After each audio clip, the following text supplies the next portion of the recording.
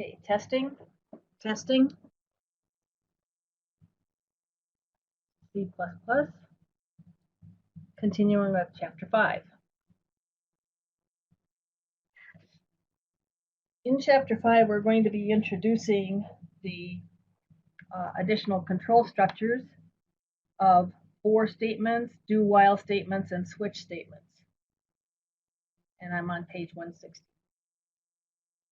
And the essentials of any type of control iteration is that we have some type of a control variable. We have to make sure that we initialize or make arrangements for the control variable's initial value. The control variable has to be incremented or at least reassigned during each iteration because we return for loop continuation depending on a conditional test of the control variable's current value to determine if looping should continue or not. So our first example is on page 161.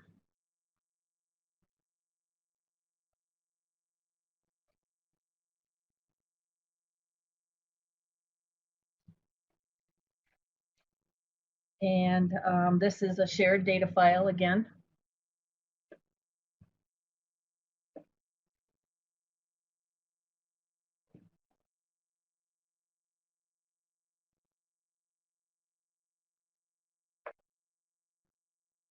So you can download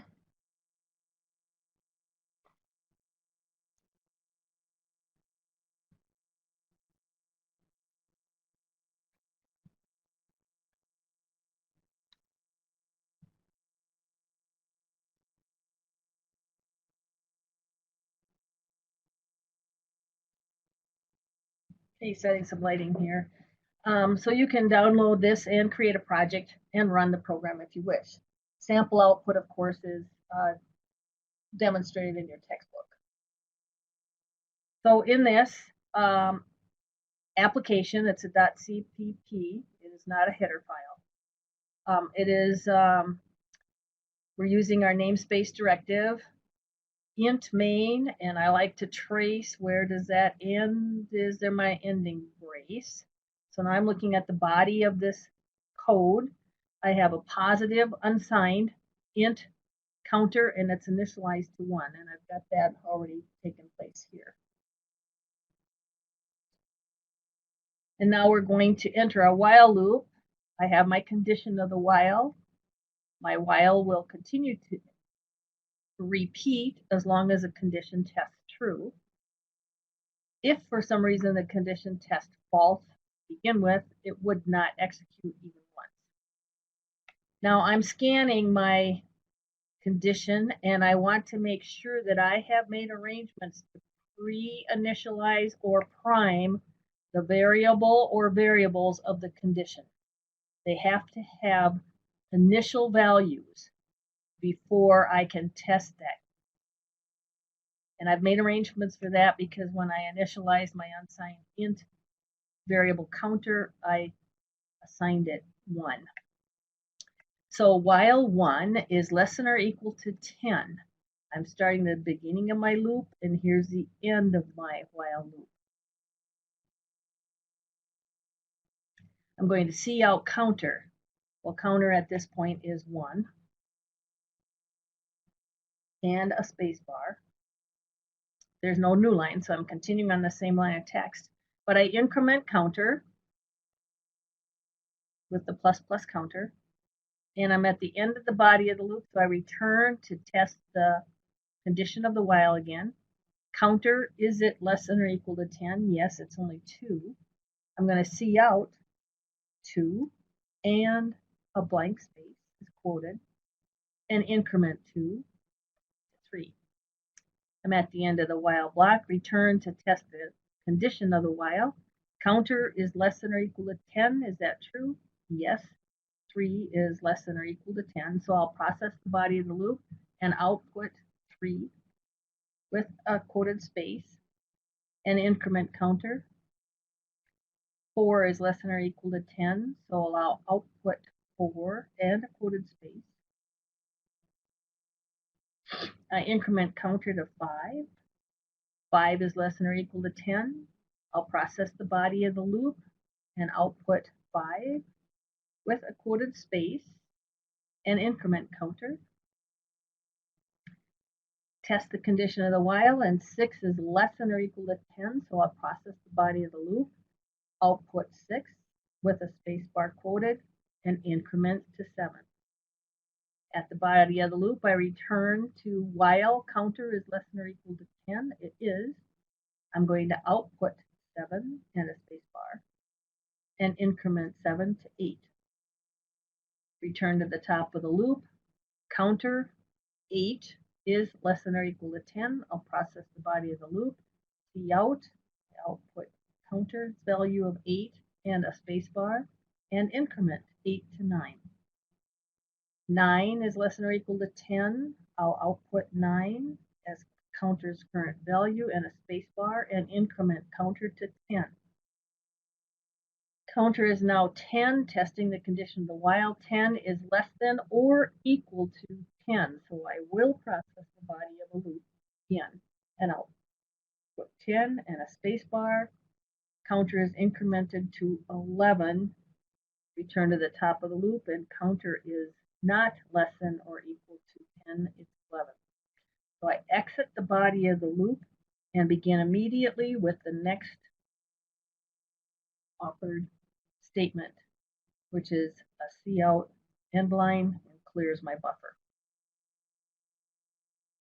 Now, an important piece of control when you're designing your conditions of your for and your while is to always check for the initialization of your variable or variables in the condition, and check for the relationship. Are you going to include the equal to test or not? So less than 9, if counter needs to be less than 10,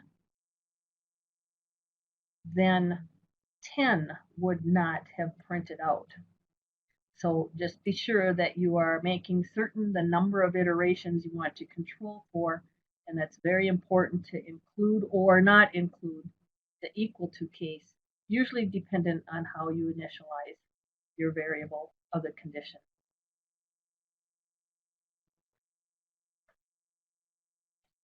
So while iteration with the while counter control loop.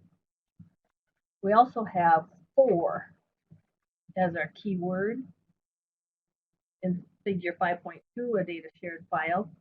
Counter controlled iteration with the for iteration statement. Now the for statement has the control variable followed by a semicolon,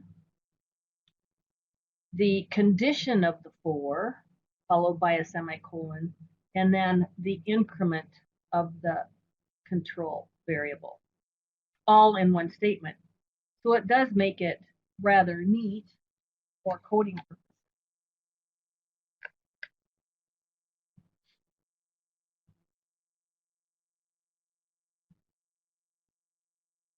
This is on page 163. We have our keyword for, and then in parentheses, we're going to declare our counter variable.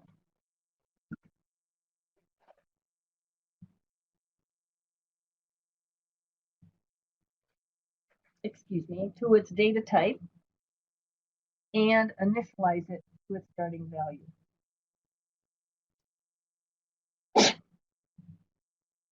The required semicolon. This is our counter control variable, semicolon, and then our condition of our for. The iteration or the looping of the for statement, the body of the statement, will only occur when the condition test is true. So our control variable is tested under a condition. In this case, counter is less than or equal to 10. If that's true, we process the body of the 4. Notice the semicolon as a separator, and then we make certain that we reassign the control variable for the next iteration to test in the condition.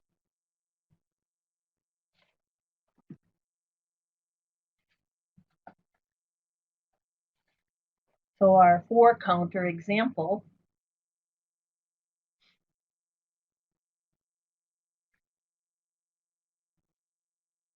int is our main entry into source code, and endment. The for statement header includes initialization, loop, continuation, condition, and the increment to the control variable, all within one statement. So in this example, we have 4, open paren, close paren.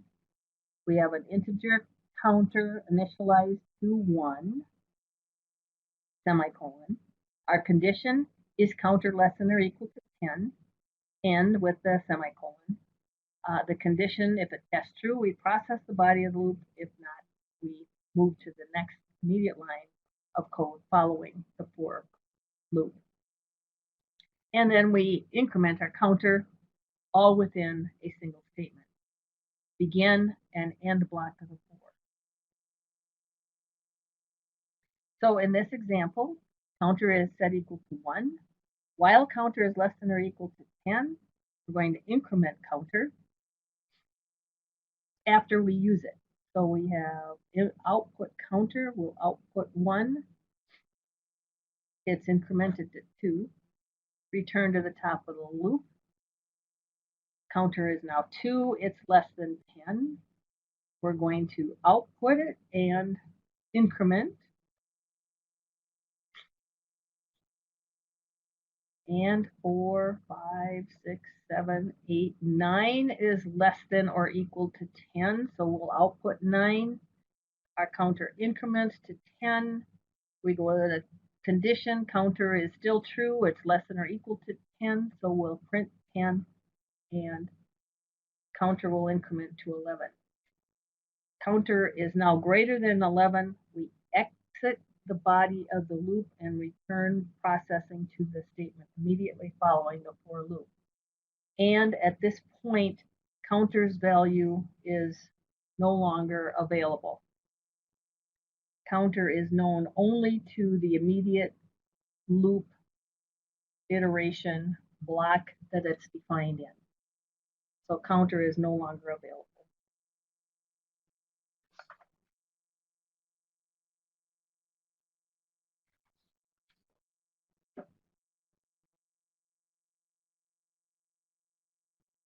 Next, we're looking at a way that we can easily summate. Capture a sum under coding. And we're looking at figure 5.5, your student shared data files.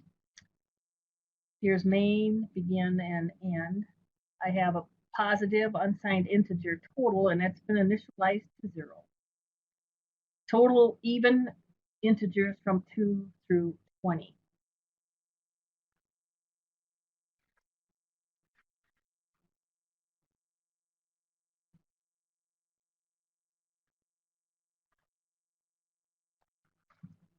So I'm in my for statement, begin, end. For unsigned int number assigned to 2. So it's initialized to 2. I'm declaring its data type as a positive integer, initialized to 2. While number is less than or equal to 20, I'm going to let number increment by 2. So total plus equals number. Well, total plus equals, it's 0 plus 2 would be 2. Number increments to 4, where number plus equals 2 goes to 4. It is less than 20. Now I have 2 plus 4, total goes to 6. I increment to 6. 6 is less than or equal to 20. Total is reassigned to its previous value plus number, which is 12. Number increments by 2. 8 is less than or equal to 20. 8 plus 12 is 20. 8 increments to 10. 10 is less than or equal to 20. Total is now 10 plus 20 would be 30. And number increments by 2. 12 is less than or equal to 20. That'd be 42. 12 increments to 14. 14, I test in the condition is less than or equal to 20. So 42 plus 14 is 56. 14 increments to 16.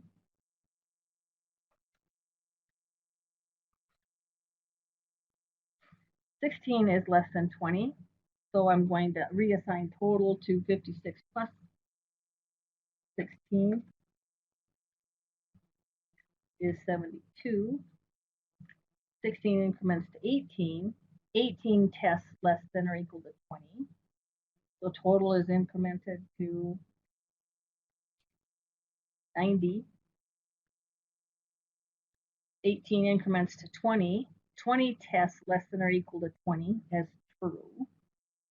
So total plus 20, I have 90 plus 20 is equal to 110. 20 increments to 22, and 22 is not less than or equal to 20. So as a false test of the condition of the 4, we exit the 4 and go to the immediate next statement following the 4, which says sum is, I'm going to output sum is, there's a space, quoted. I want to output total. And total's current value is 110.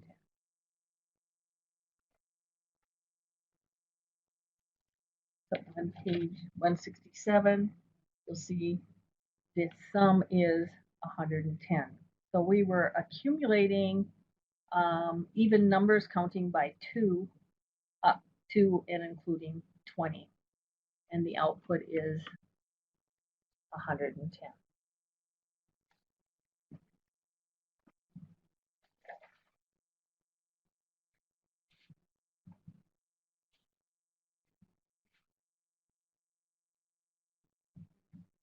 The next section on application of compound interest, I would like you to read that carefully.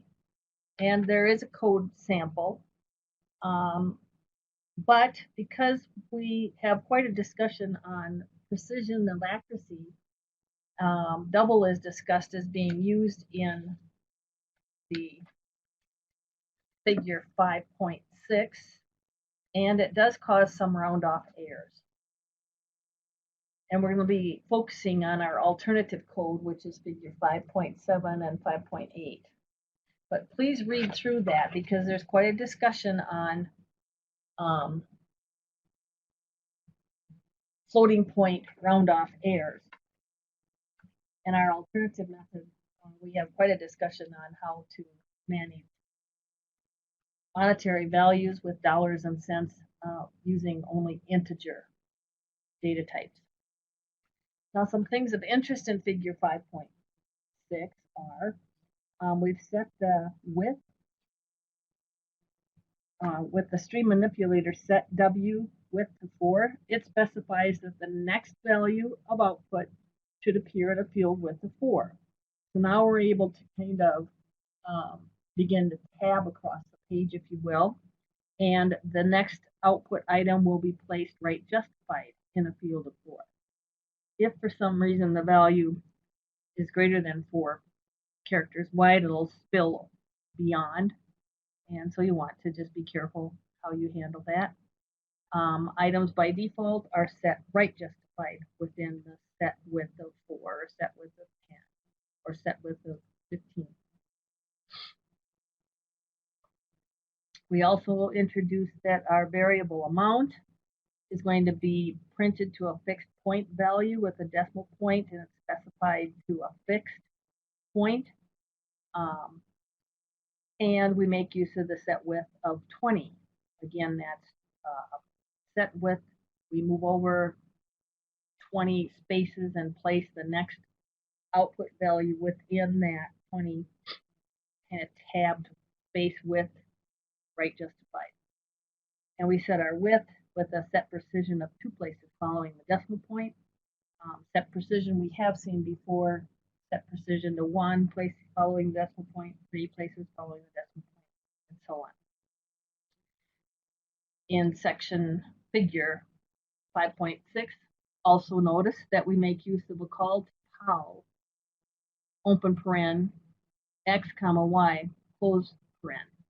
Now POW is a member of the C.math header in the standard library, so if you want to include power or exponent in math calculations, remember that C does not directly have an exponent operator, but we can include the C.math header and then make use of POW as one of the math functions. So power. The POW function, POW open paren x comma y close. X, the first parameter, represents the base, and the y parameter, the second parameter, represents the power. So when we're calculating interest, the amount is equal to P times the quantity 1 plus R raised to the nth.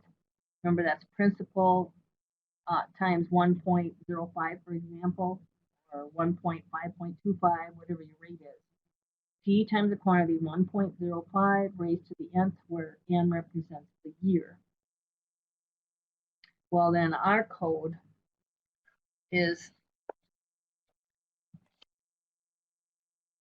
POW open paren in line 24. POW open paren 1.0 plus the rate, and rates previously assigned, in this example, to 0.05, and year. So we're going to raise 1.05 to the nth year, where year is previously defined. Remember, power, it represents POW, the base, comma, and the exponent. Close paren. Now, floating point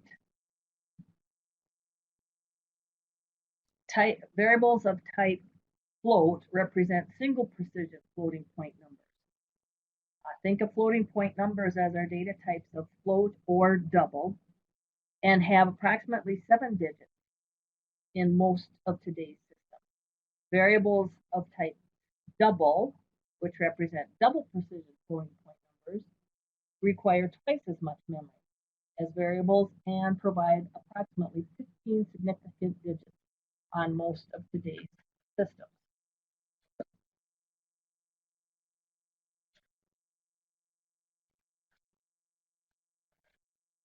So precision is important to us as we're working with our programs.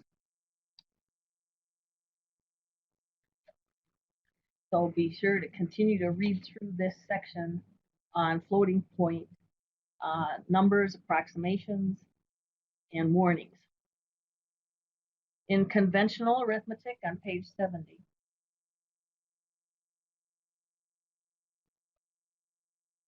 floating point numbers often arise as a result of division. When we divide 10 by 3, the result is 3.333, with a sequence of 3's repeating infinitely. The computer allocates only a fixed amount of space, though, to hold this value. So clearly the stored floating point value is an approximation. It continues forever. It's 3.3 repeats forever. So we don't have the accuracy out much beyond 6 decimal places for floating, for a type of float. Floating point numbers have numerous applications, especially for measured values. We talk about body temperature of 98.6, but actually 98.6 could be to the accuracy of 98.5999473210643. So even though by convention 98.6 is okay for the application involving body temperature, it is not necessarily accurate.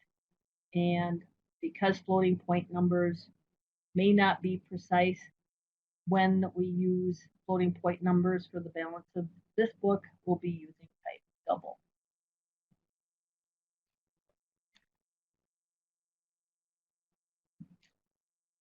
two calculated double dollar values stored in the machine could be 4.234, which would normally be rounded to 4.23, and 18.673, normally rounded to 18.67 for display purposes. When these amounts are added, they produce the internal sum, though, of 32.907, which would normally be rounded to 32.1 for display purposes. Thus, your output would appear 14.23, 18.67, and the result, when we add, is 32.91. You can see that 3 plus 7 is actually 0. But a person adding the individual numbers as displayed would expect the sum to be 32.90. So you have been warned. The author is reminding us that we have to take care with respect to round-off control for precision and accuracy within internal numbers of type float and double.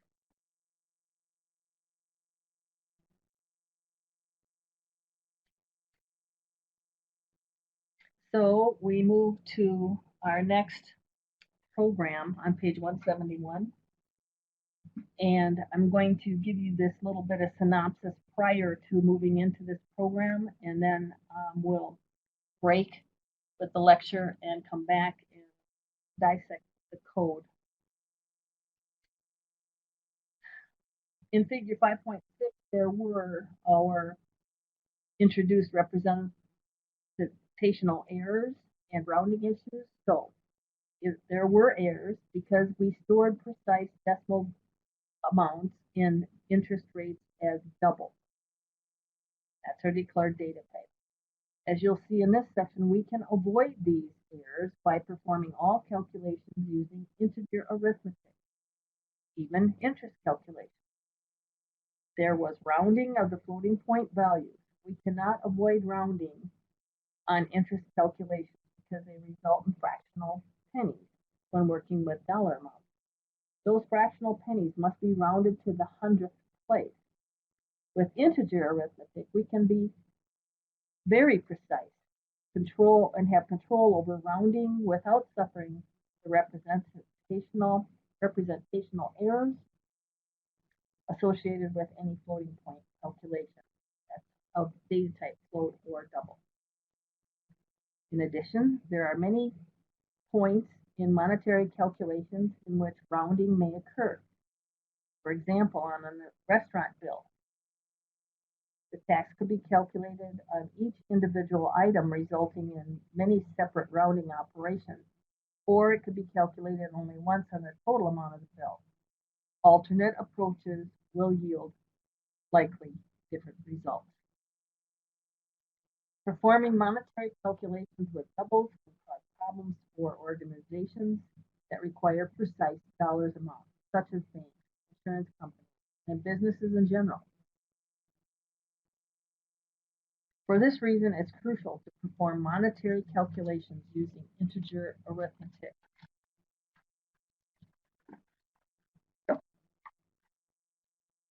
Rather than floating point arithmetic on the top of page 172. And as you'll see now in our next example, even interest calculations can be done with integer arithmetic. So we'll continue with the dissection of your student data files shared with you, figure 5.7 and 5.8. Thank you very much.